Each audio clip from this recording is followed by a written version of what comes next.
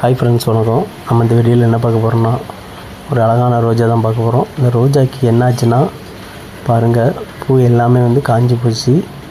இதில் நோய் சுருக்கம்னு சொல்லுவாங்க, தோல் சுருக்கம் மாதிரி.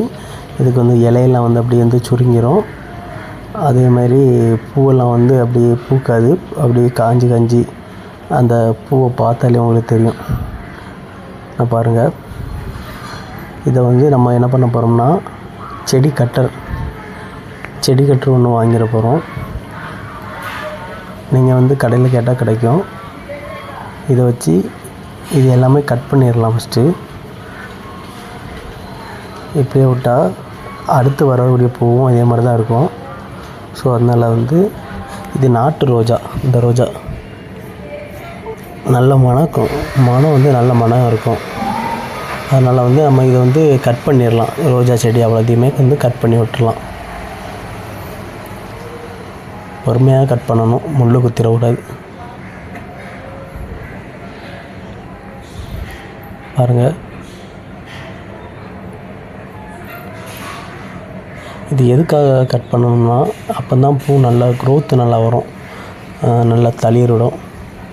என்னோடய சேனலை ஃபாலோ பண்ணுங்கள், சப்ஸ்கிரைப் பண்ணுங்கள் மறக்காமல். இவ்வளோத்தையும் நம்ம கட் பண்ணியிருக்கோம். அடுத்து என்ன பண்ண போகிறோம்னா, இதுக்கு ரோஸ் மிக்ஸ், இந்த உரத்தை நம்ம செடிக்கு பயன்படுத்த போகிறோம். இது எவ்வளோ நாளைக்கு ஒருக்கா நம்ம யூஸ் பண்ணோம்னா, குறைஞ்சது ஒரு 30 நாளைக்கு ஒருக்கா நீங்கள் யூஸ் பண்ணிடுங்க. ஒரு மாதத்துக்கு ஒருக்கா யூஸ் பண்ணுங்கள். ஒரு 20 கிராம் 30 கிராம் போட்டிருக்காங்க. ஆனால் கொஞ்சம் கம்மியாகவே யூஸ் பண்ணுங்கள். ஆனால் செடி மூட்டுக்கு பக்கத்தில் யூஸ் பண்ணக்கூடாது. நம்ம கொஞ்சம் தள்ளியாக யூஸ் பண்ணணும். இதோட எஃபெக்ட் நல்லாயிருக்கும். பூ டப்பு நல்ல க்ரோத் நிறைய அதிகமாக வரும். பூவும் நிறைய பூக்கும். இதை என்ன பண்ணோம்னா, இது காணாது, நம்ம எடுக்கணும். நம்ம 30 நாளைக்கு ஒருக்கா இந்த உரத்தை பயன்படுத்தணும். தள்ளி அப்படியே துளி விட்டுடலாம்.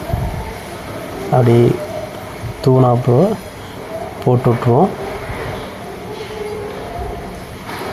அதுக்கப்புறம் இதை போட்டுட்டு நல்லா கிளறி விடணும். கிளறி விட்டுட்டு செடிக்கு நல்லா தண்ணி ஊற்றணும். இதுதான் மெயின். செடிக்கு நிறைய தண்ணி ஊற்றிருக்கணும். ஊற்றிக்கிட்டு இந்த மருந்தை பாருங்கள், ஆக்டினா, இந்த மருந்து தான் நம்ம யூஸ் பண்ண போகிறோம். இது ஒரு லிட்டருக்கு 5 சொட்டு. இது 1/2 லிட்ரு. நம்ம ஒரு 3-4 சொட்டு யூஸ் பண்ணுவோம்.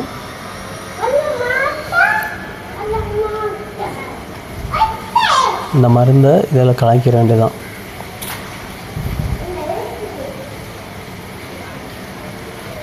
கலக்கி இதை நல்லா ஸ்ப்ரே பண்ணணும். நல்லா குலுக்கிக்கிட்டு ரோஜா செடிக்கு ஸ்ப்ரே பண்ணணும். மறக்காமல் சப்ஸ்கிரைப் பண்ணுங்கள். செடிக்கு நல்லா ஸ்ப்ரே பண்ணிடணும். ஏதாவது பூச்சி இருந்தாலும் இதாயிரும் எல்லாமே. இந்த மருந்து நீங்கள் 15 நாளைக்கு ஒருக்கா யூஸ் பண்ணணும். கண்டிப்பாக எந்த செடியாக இருந்தாலும் ரோஜா செடிக்கு 15 நாளைக்கு ஒருக்கா நீங்கள் இந்த மருந்தை யூஸ் பண்ணிங்கன்னா கண்டிப்பாக உங்களுக்கு ஒரு நல்ல ரிசல்ட் இருக்கும். பாருங்கள், ஒரு வாரம் கழித்து செடி எப்படி இருக்குன்னு பாருங்கள். கட் பண்ணி விட்டதுலேருந்து எவ்வளோ தளிர் வந்துருக்குன்னு பாருங்கள். பார்த்தீங்களா எவ்வளோ தளிர் வந்துருக்குன்ட்டு? எல்லாமே தளிர்த்துட்டு. இதுக்கு தான் நம்ம கட் பண்ணி விட்டோம். அந்த மருந்தோட எஃபெக்ட்டும் அதுக்கப்புறம் என்ன பண்ணணும்னா, நல்லா பிடிச்சிட்டுனா நல்ல பூ நிறைய பூக்கும். இது நீங்கள் இல்லை சாணி உரம் வைக்கதா இருந்தால், சாணி உரம் 30 நாள் 40 நாளைக்கு இருக்கு. 40 நாளைக்கு பிறகு தான் அதோடய எஃபெக்ட் மரத்துக்கு தெரியும். நல்ல க்ரோத்து நிறைய பூ பூக்கிறதுக்கு கிட்டத்தட்ட ஒரு மாதம் ஆயிரும்.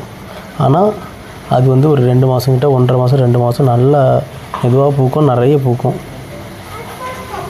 இது இந்த செயற்கை மருந்து உங்களுக்கு ஸ்பீடாக பூக்கும். எல்லாமே 2வது வாரம் எப்படி இருக்குன்னு பாருங்கள். நல்லா செடியை தழுத்துட்டு நல்லா வளர்ந்துட்டு நிறைய மொட்டு பிடிச்சிருக்கு.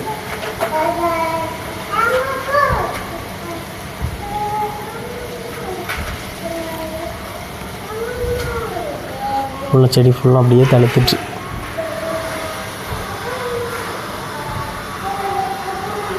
இதோட ரிசல்ட் பாருங்கள், லாஸ்ட்டு காணிக்கிறேன். மறக்காமல் ஃபுல்லும் பாருங்கள் வீடியோவை.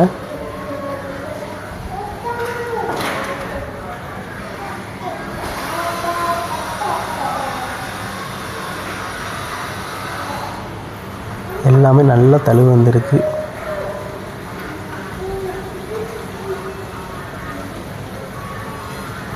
பார்த்தீங்களா?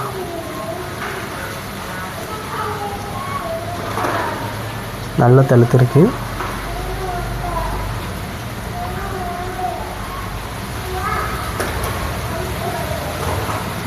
அடுத்த வாரம் எப்படி இருக்குன்னு பாருங்கள்.